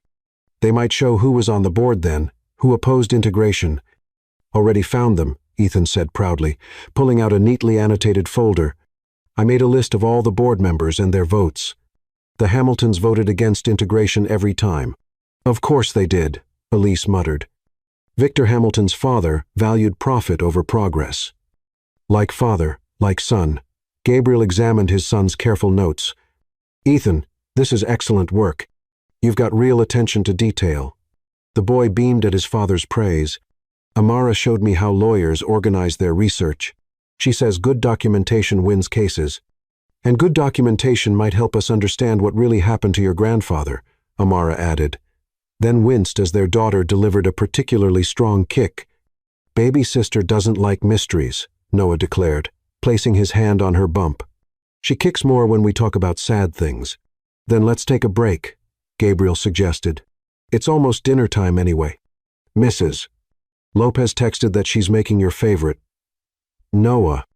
As they packed up their research, Amara noticed Ethan slipping some documents into his folder. Find something interesting? Maybe. His expression was serious beyond his years. Can I show you later? In private. She nodded, touched by his trust. Over dinner, the conversation turned to happier topics. Noah's upcoming art show at school, Ethan's science project on architectural engineering, plans for the nursery, but Amara could see something weighing on Ethan's mind. Later that night, after Noah was asleep, Ethan appeared at their bedroom door, clutching his research folder. Come in, buddy, Gabriel called softly. What did you find? Ethan climbed onto their bed, a familiar comfort zone for serious family discussions. I was reading the old board minutes, he began, and I noticed something weird. Every time there was a vote about integration, one board member was absent, but he was there for every other meeting. Who was it? Amara asked, though she had a sinking feeling she knew.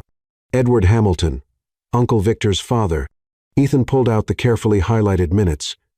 And then, right after Grandpa died, he suddenly started coming to every meeting again. Gabriel took the documents with slightly shaking hands. I never noticed this pattern. I was too young when it happened, and afterward, well, sometimes grief makes us miss things right in front of us. There's more, Ethan said quietly. I found these in a folder marked personal correspondence. He handed over several letters, their edges worn with age. The letters were between Gabriel's father and Edward Hamilton, growing increasingly heated as they discussed the future of Vaughan hospitality. The final letter, dated just days before the fatal car accident, contained what could be interpreted as a threat. Consider carefully the consequences of your actions. Amara read aloud. Some changes, once made, cannot be unmade. Some losses cannot be undone. Gabriel's face had gone pale. All these years, we suspected but could never prove. We can prove it now, Ethan said firmly. I kept really good notes, just like Amara taught me. We can show everyone what really happened to Grandpa Gabe. Amara pulled him into a careful hug, mindful of her bump. You're absolutely right. This is exactly the kind of careful research that uncovers the truth. But it might not be enough for legal action, Gabriel cautioned gently. It was a long time ago, and— No, Ethan interrupted with surprising force. Uncle Victor and Isabella are trying to hurt our family again. They're trying to make people think bad things about us, about Amara and the baby. We have to fight back. And we will, Amara assured him. But safely and legally. These documents help us understand our past, and that understanding helps us protect our future, your sister's future. Gabriel added softly, placing his hand on Amara's bump. She'll grow up knowing the whole truth, how her grandfather fought for what was right, how her brother helped uncover the truth, how her family faced its past with courage. Ethan snuggled closer, placing his own small hand next to his father's. "She's moving a lot tonight." "She knows she's safe," Amara said, feeling overwhelming love for this brilliant, serious boy who had become so much more than a stepson. "She has the best big brothers in the world looking out for her. Even if the Hamiltons try to hurt us again, especially then," Gabriel promised, "we're Vaughns. We face our challenges together." Later, after Ethan had gone to bed, Gabriel and Amara lay awake, discussing their next steps. "We'll need to move carefully," she said, legal mind working despite her exhaustion. "These documents prove historical corporate malfeasance, but more importantly, they show a pattern of Hamilton family behavior. Using these might hurt the company's reputation," Gabriel warned, bringing up the past. "The past is already being brought up," she pointed out.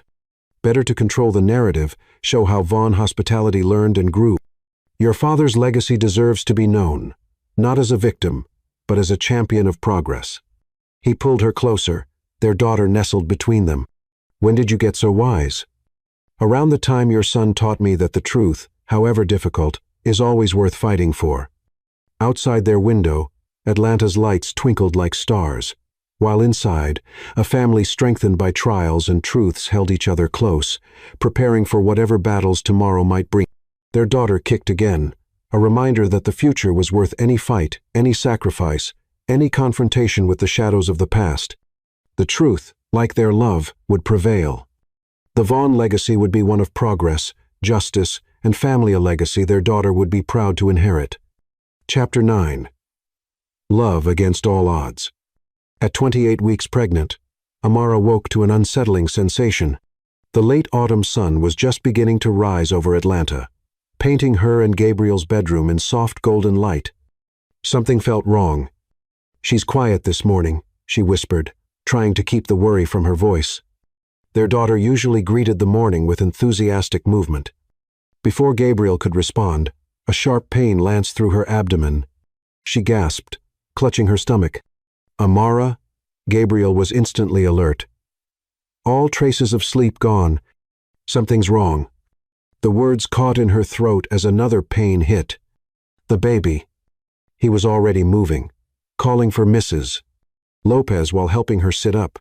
Noah appeared in the doorway first, his artistic sensitivity having somehow alerted him to the family crisis. "We have to sing to her," he insisted, placing his small hand on Amara's belly. "She always moves when we sing." Ethan joined them, taking in the scene with remarkable composure. Instead of panicking, he moved to the bed with determined calm. Scientific studies show that at 28 weeks, fetuses recognize and react to family voices. The drive to Atlanta Memorial was tense but controlled. The twins sat quietly in the back seat, still occasionally humming their sister's lullaby. Gabriel broke every speed limit, but his hand remained steady on Amara's, anchoring her through each wave of pain. "Doctor." Carter met them at the emergency entrance, her familiar face bringing some comfort. Initial tests revealed the baby was in distress, her heartbeat irregular. Amara's blood pressure had spiked dangerously high, and the pain was coming from early contractions. "Preeclampsia." "Doctor," Carter explained gently, "we need to get your blood pressure down and stop those contractions. 28 weeks is too early for this little one to make her debut." Through it all, the twins remained steadfast. Noah filled page after page with drawings. The baby as he imagined her. Amara surrounded by protective angels. The whole family together. Ethan kept meticulous notes on every medical reading, asking intelligent questions that impressed even Dr. Carter. "The contractions are slowing," the doctor reported late that afternoon. "But we'll need to keep you here for observation, Amara. Bed rest for at least a few weeks." "A few weeks?" Amara's legal mind immediately went to her cases, the ongoing investigation into Vaughn Hospitality's history, all the preparations still needed for the baby. "Non-negotiable," Gabriel said firmly. "We'll handle everything else. I can bring your work files," Ethan offered, "and help organize them like you taught me." "I'll decorate your hospital room," Noah added. "Babies like pretty things to look at. I read that in one of the books." As sunset painted the hospital room in shades of pink and gold, Amara watched her family settle in for the night. Gabriel had arranged for a small sofa bed, refusing to leave her side. The twins had created a nest of blankets nearby, their homework spread around them as they worked on a joint project. Ethan researching preeclampsia while Noah illustrated what he learned. "Look," Noah said suddenly, pointing to the fetal monitor. "Her heartbeat gets stronger when we talk. She knows we're here." Around midnight, Amara felt a familiar flutter. "She's moving," she whispered excitedly. The whole family woke instantly, even half asleep. The twins maintained their now familiar positions, Noah singing softly while Ethan checked monitors. "Strong movements," he reported with satisfaction. "Regular patterns, suggesting normal fetal behavior." Dr. Carter, doing her midnight rounds, smiled at the scene.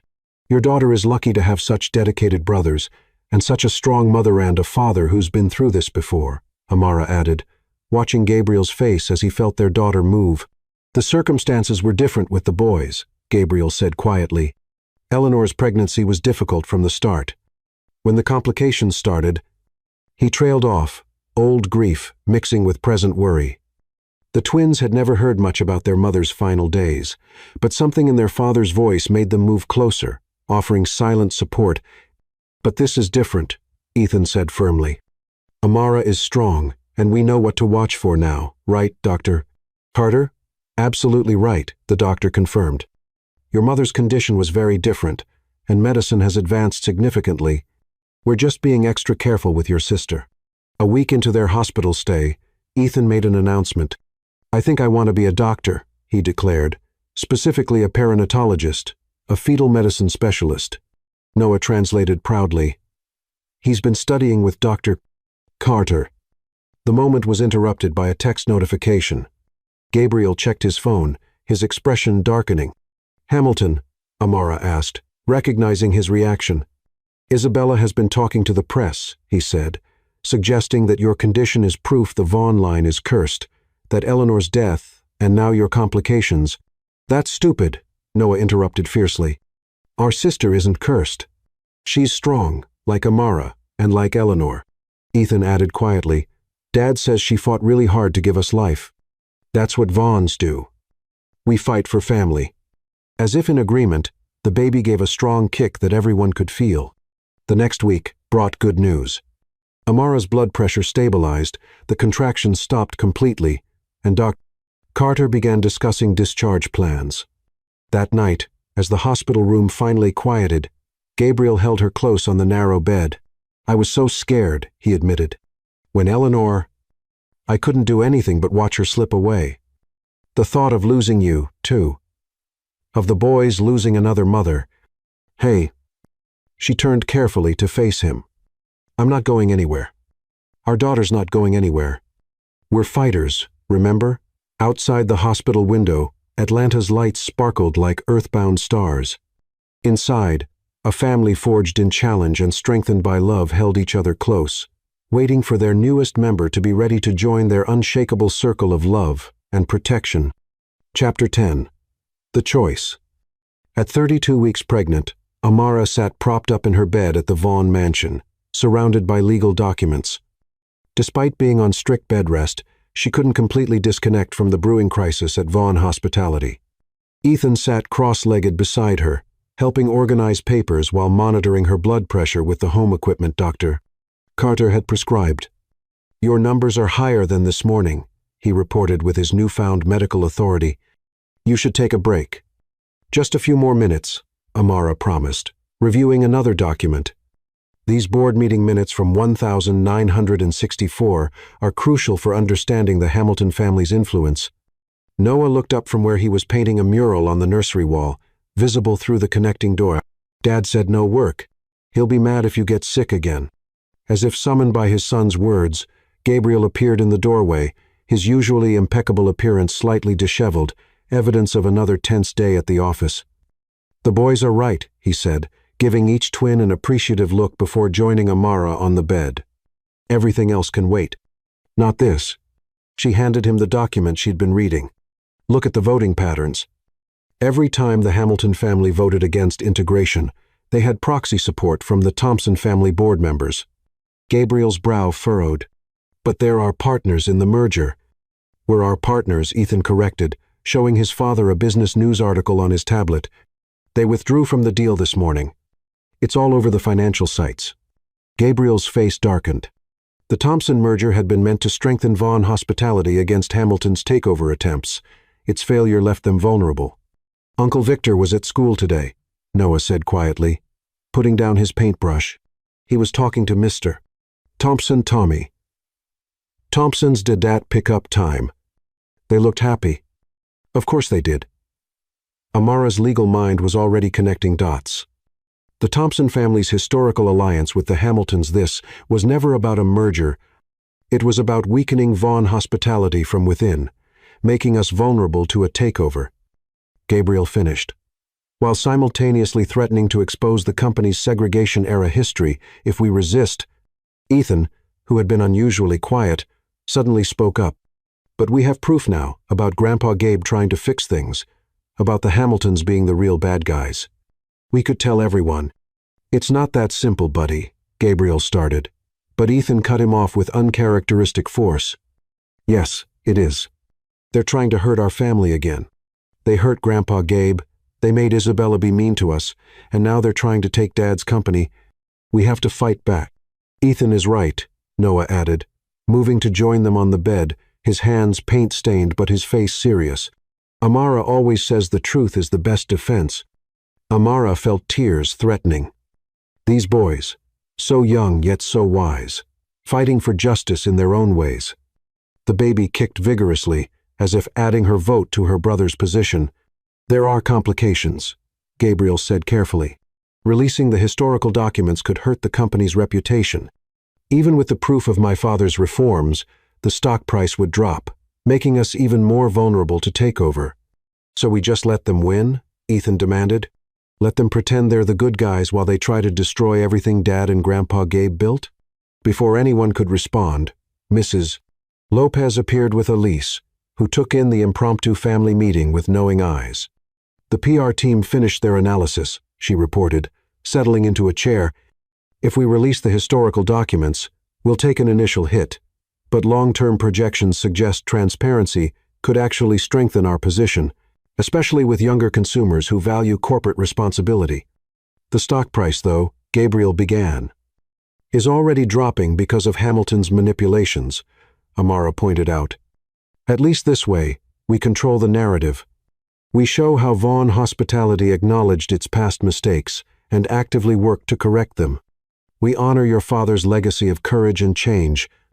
The baby kicked again, harder this time. Ethan immediately checked the monitors, but Amara squeezed his hand reassuringly. She's just excited, like her brothers.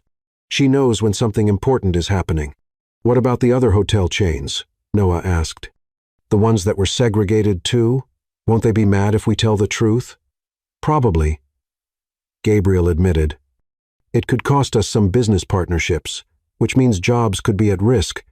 But keeping the truth hidden costs something too, Ethan said thoughtfully.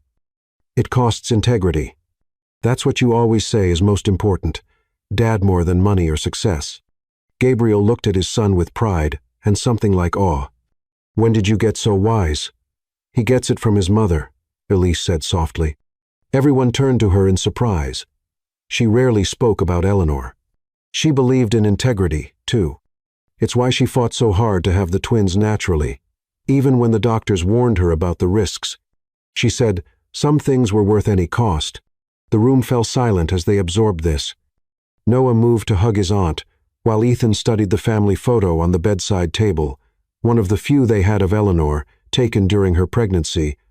I think, Amara said carefully, that we need to honor both legacies, Eleanor's courage in fighting for what she believed in, and Gabriel Sr.'s determination to right historical wrongs. Those are the real Vaughn family values. The company might not survive, Gabriel warned, at least not as we know it. The company isn't what matters, Ethan declared. Family is, and family tells the truth. A sharp pain made Amara gasp. Instantly drawing everyone's attention, Ethan reached for the blood pressure cuff while Noah started his calming singing, but she waved them off. I'm fine. Your sister's just very passionate about family discussions. She managed to smile. But maybe we should continue this tomorrow, when everyone's calmer. No need, Gabriel said, his voice firm with sudden decision. The boys are right. We tell the truth. All of it. What happens after? We'll face it together. The next few days passed in a whirlwind of activity. Though Amara was strictly limited in her participation, the PR team crafted a comprehensive statement about Vaughn Hospitality's history, acknowledging past wrongs while highlighting the concrete steps taken toward justice and equality. Historical documents were prepared for release, showing both the company's segregationist past and the courageous efforts to change it.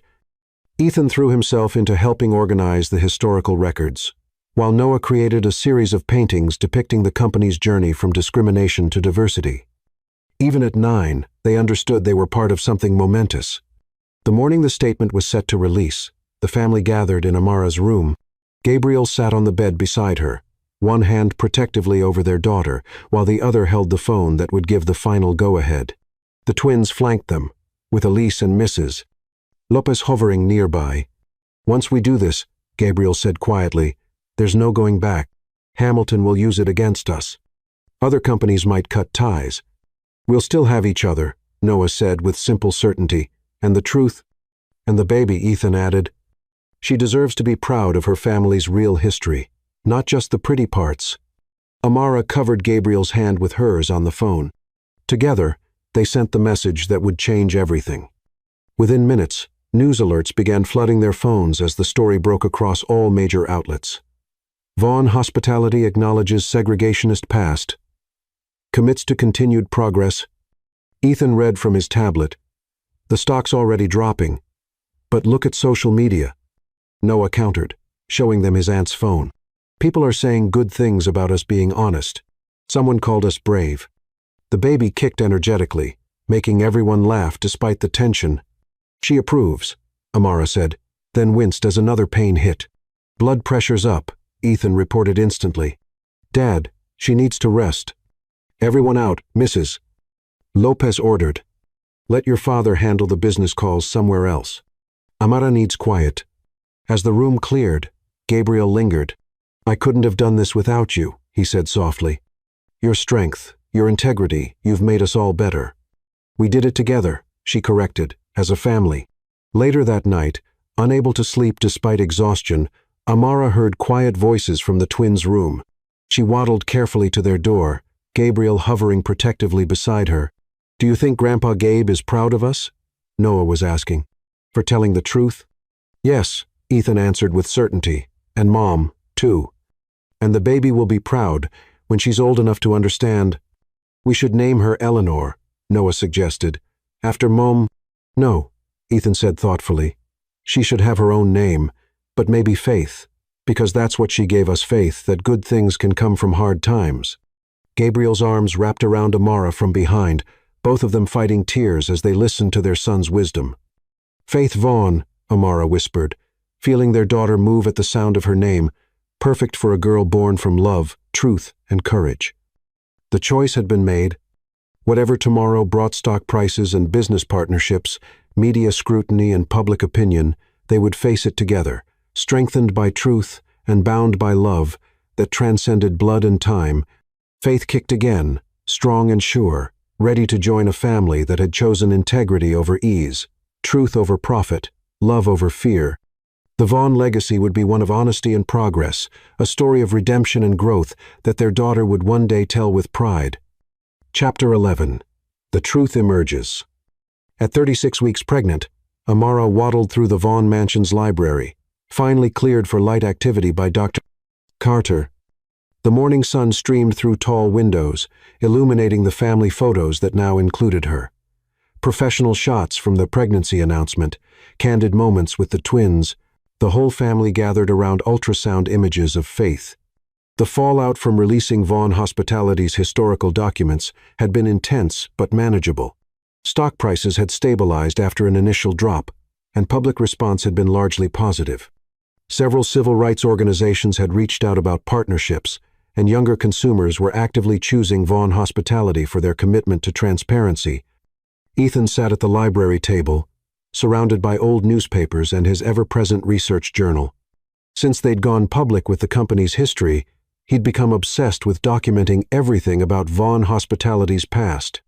"Did you know the gala where you and Dad met was exactly 60 years after the first integrated event at the Imperial Grand?" he asked without looking up. "I've been tracking significant dates." "Really?" Amara settled carefully into her favorite armchair, one hand supporting her heavily pregnant belly. "That is quite a coincidence." Actually, Ethan hesitated, an unusual uncertainty crossing his face. "I don't think it was a coincidence. Look at this." He pushed forward a document, an email chain between Victor Hamilton and Isabella, dated just before the Children's Hospital Gala. Amara's blood ran cold as she read. "The perfect symmetry," Hamilton had written, "the gala marking 60 years of integration, and the Vaughn heir falling for a black woman. The press will eat it up when the truth comes. Out how we orchestrated the whole thing." Ethan's voice shook slightly. "Where did you find this?" "In the files Aunt Elise recovered from Grandfather's office. There's more." He pulled out another document.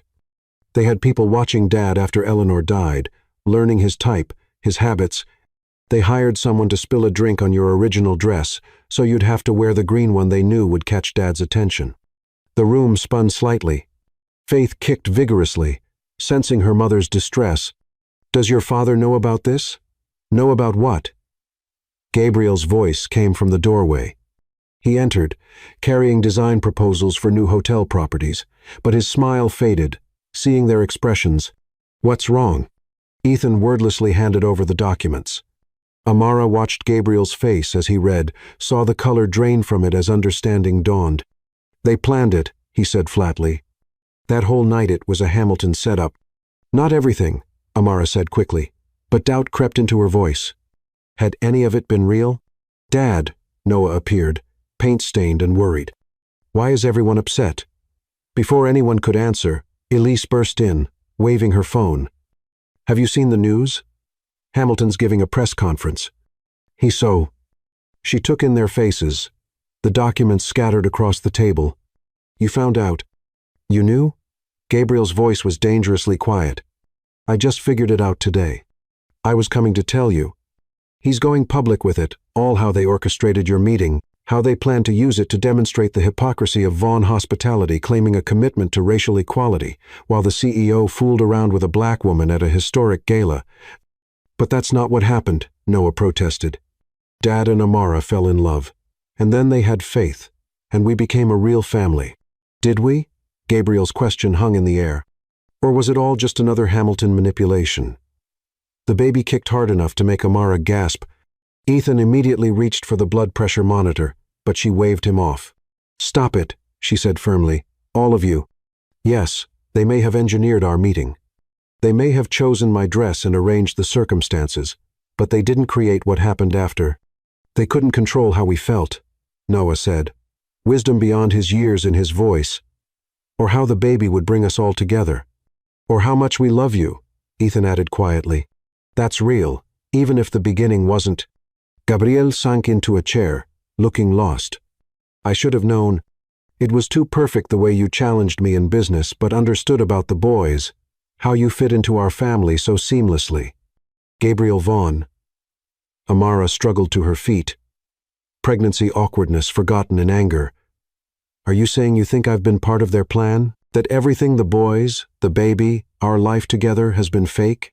"No, I just what? Think Hamilton somehow orchestrated your sons choosing to love me, arranged for Ethan to become passionate about medicine because of his sister, planned for Noah to paint nursery murals and sing to Faith every night?" The twins moved to flank her protectively, the gesture so natural and unconditional it brought tears to her eyes. "Dad's scared," Noah explained softly, "like when we were little, and he wouldn't date anyone because he was afraid of losing them, like Mom." "But we're not losing Amara," Ethan said with fierce certainty. "Or Faith.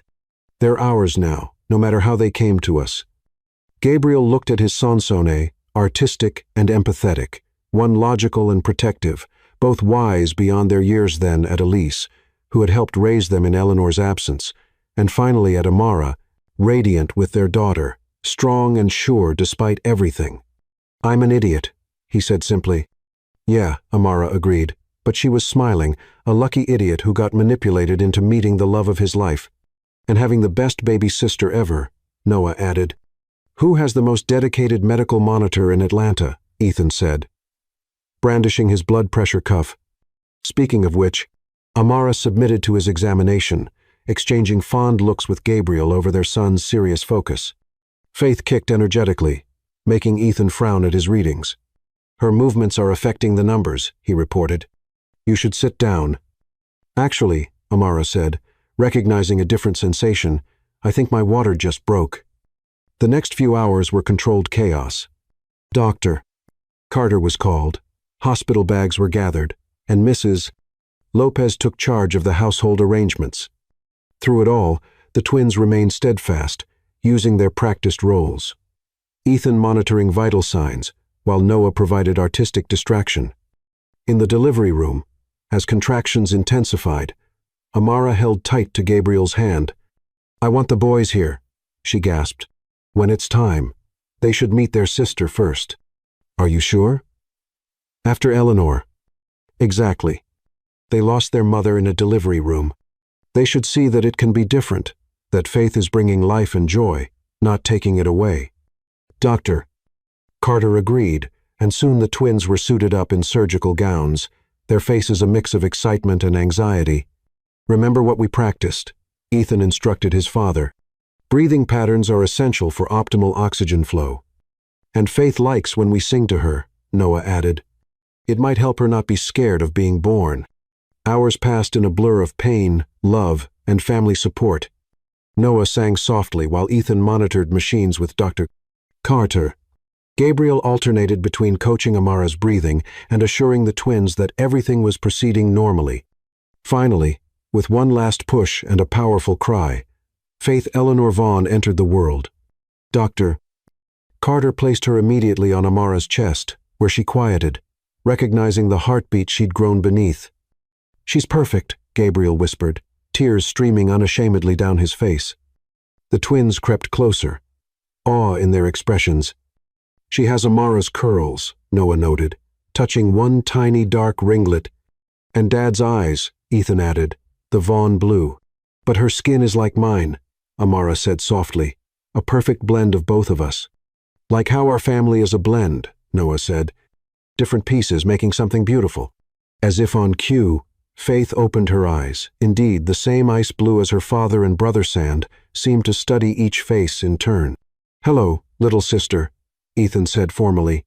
I've been monitoring your progress for approximately 252 days, and your vital signs are excellent.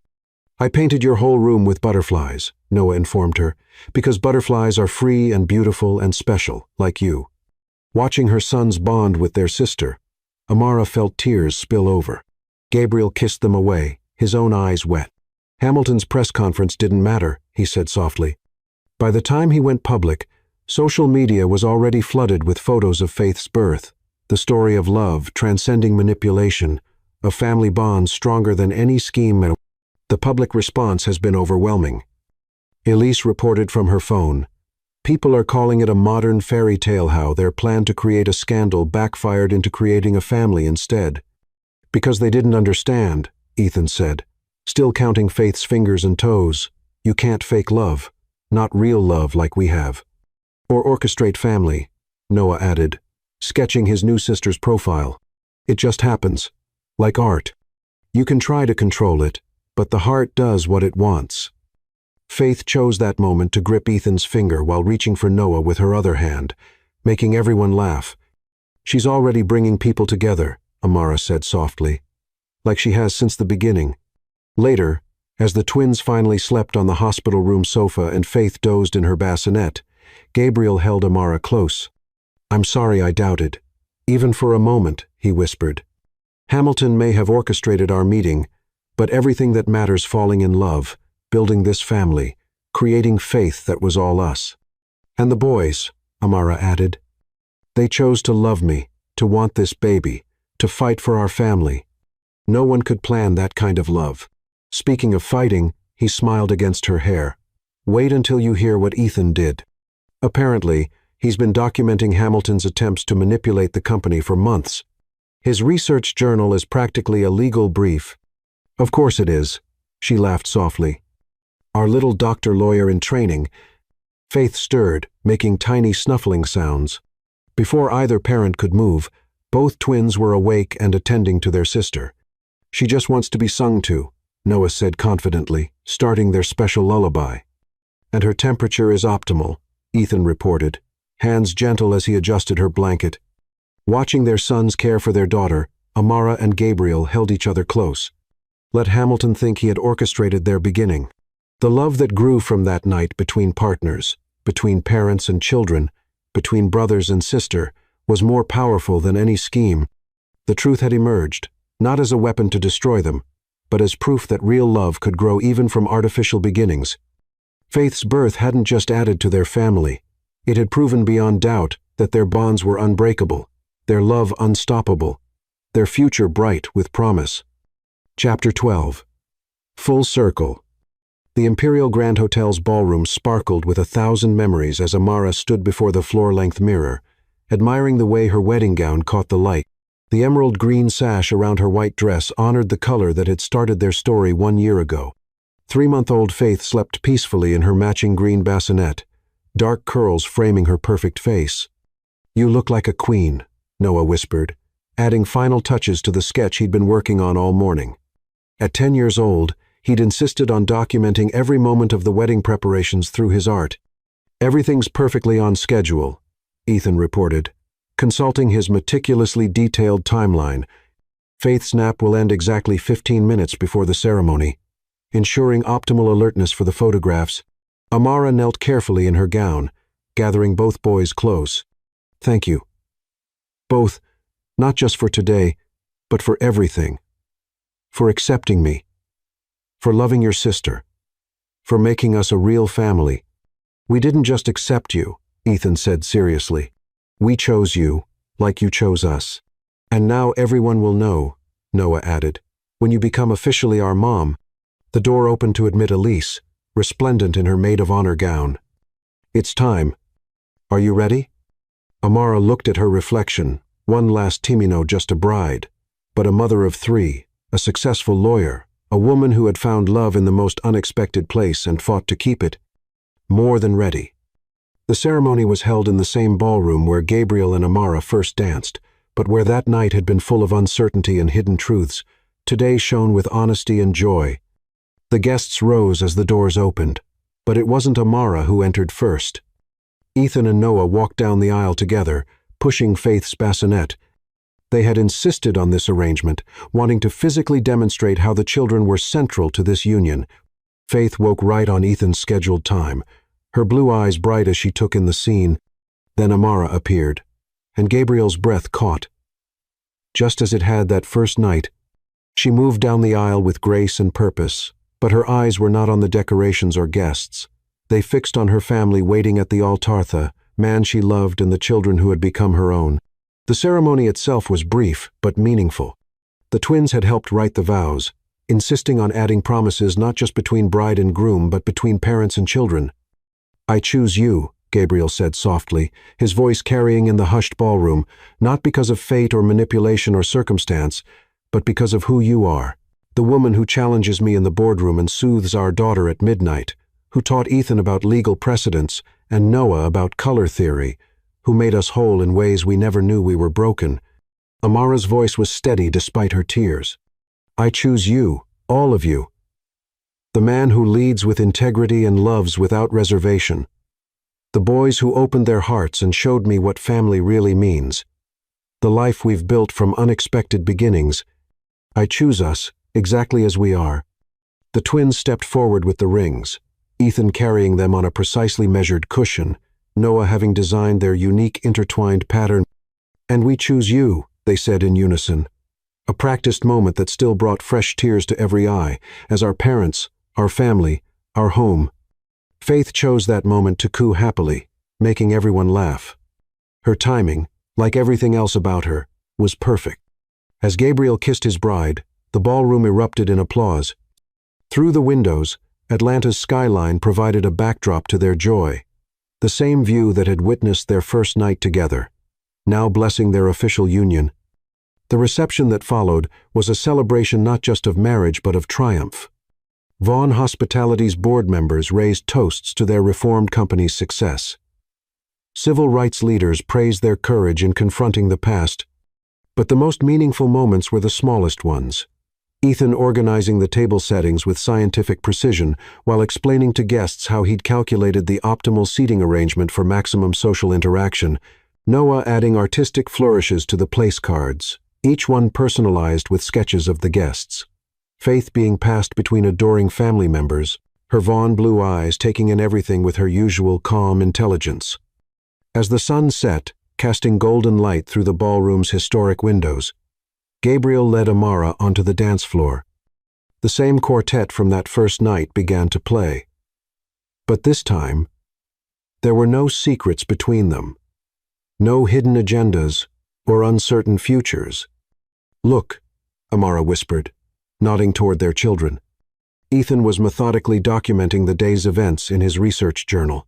While Noah sketched the dancers, Faith watched her brothers from Elise's arms, completely content in her family's presence. "Perfect," Gabriel agreed, "exactly as it should be." They danced as the light faded and stars began to twinkle over Atlanta, their family whole, their love triumphant, their future as bright as the diamonds that now graced both their hands. The Vaughn legacy had been transformed, not by corporate mergers or business deals, but by the simple, overwhelming power of love chosen freely, truth faced bravely, and family embraced completely. And in that moment, in that ballroom where it all began, their story came full circle, not an ending, but a culmination of choices made, battles fought, and love that had grown strong enough to weather any storm. The last light of day caught Faith's dark curls and blue eyes, Ethan's serious smile, Noah's artistic hands, Gabriel's proud stance, and Amara's joyful tears. Together, they had written a new chapter in the Vaughn history, one that would be remembered not for corporate triumphs or social position, but for the simple, profound truth that love, freely chosen and fiercely protected, could bridge any divide and heal any heart. The music faded, but their joy remained, as eternal as the stars now shining over the city where their story had begun and where it had found its perfect completion.